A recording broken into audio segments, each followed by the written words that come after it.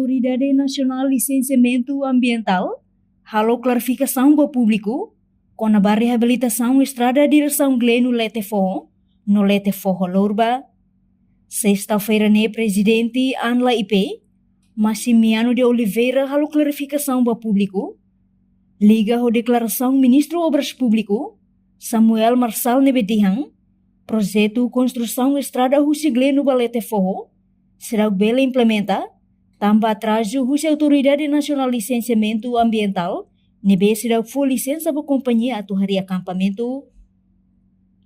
Portanto, Anla emite uma licença e tinha em rua Ronulu Racing Hat, com o projeto reabilitação estrada Rusi Letefo Balorba, município Bobonaro, enquanto projeto reabilitação estrada Rusi Gleno Letefo, licença ambiental emite ona, e loron tolunolo fulang mayo tinariun rua Ronulu Racing 5, no Anla lahalo impedimento, significa katak, companhia bele hahuona halo serviço reabilitação ba estrada refere.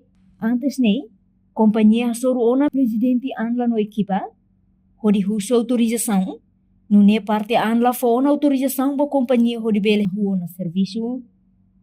Além de companhia mor submete ona carta pedido ba Anla, hodi huso autorização, verbalmente, no Anla autoriza ona mesmo se deu a licença ambiental. Ela precisa de licença ambiente, também licença ambiente agora estamos na fase avaliação.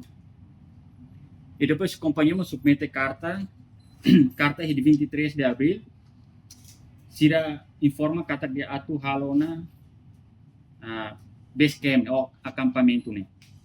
Nebe sira maita hasurani, hau musiha hau informa ba timor wang ne no sinane dia tebotser bele halone tebotser serviço.